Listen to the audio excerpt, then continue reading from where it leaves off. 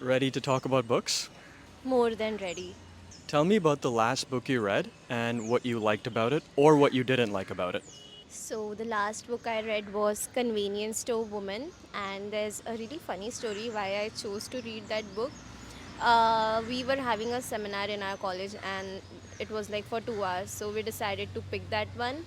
And it is about a woman who is Kiko and about her behavior, which gets weird and weirder with days. How the societal practice and societal pressure it won't let you live, and it is all about that. But what I figured out was she was autistic, though it wasn't stated.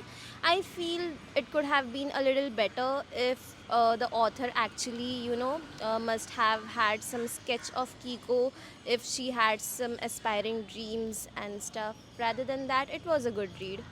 Tell me about the saddest book you've ever read. If it this question is about my saddest book, then of course the Diary of Young Girl Anne Frank.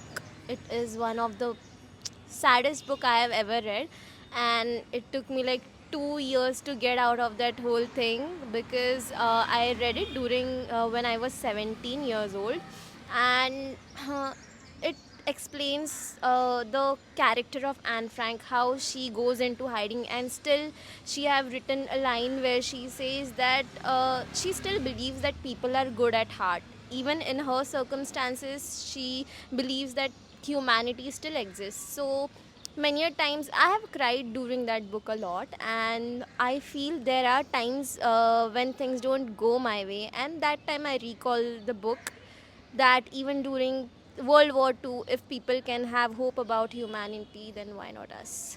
Tell me about your favorite book and your favorite author.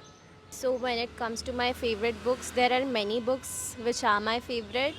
But like if I was to talk about my favorite book, I'll say Sweet Dandelion by Mikolia Smeltzer is one of my most favorite book. It tells about a girl who had a tragedy when she was young, and she loses her mother.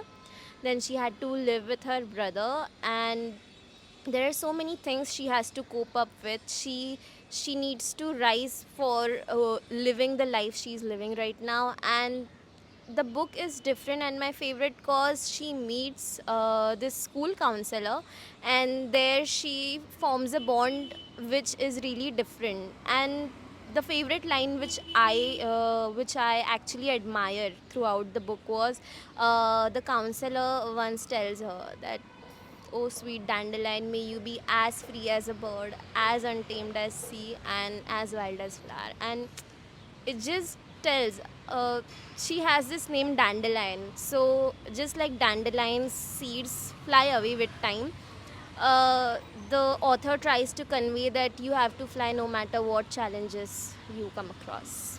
Tell me about a book that you feel is underrated and also talk about any books you would recommend to people.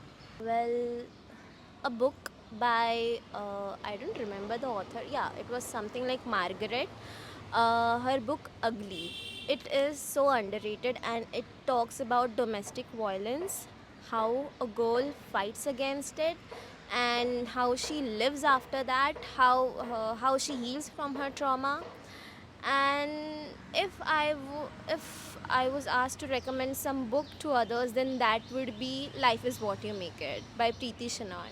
It is one of the most famous book among Indian authors. Like, it tells the story of a really, what do you say, intelligent woman. She gets into a prestigious MBA college, and her journey thereafter. Slowly, she's really intelligent, and there's this one point in her life where she cannot even read, a word, and that is when her world turns upside down, and she realizes that she have got bipolar disorder. And this is about her journey, how she heals through her breakup, through her many things, her lifestyle in short. So it is all about healing, and I really love that book, and I think everyone should read it. Which book have you read that is also a movie? And which did you prefer, the book version or the movie? Well, I have read this one book, To All the Boys I've Loved Before by Jenny Han.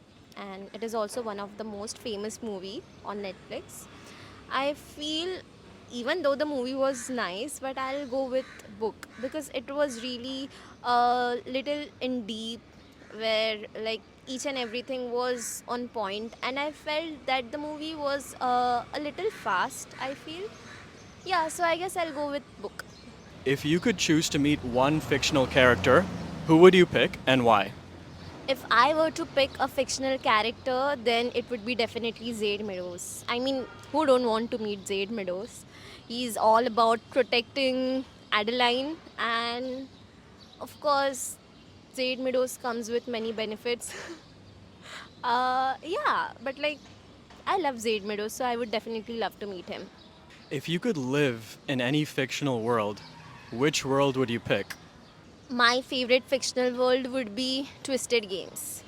Uh, it is about ruling a kingdom, and everyone want to be a princess in their life, so I would love to live a life in Twisted Games and to rule a world and have a bodyguard who will protect you in any situation.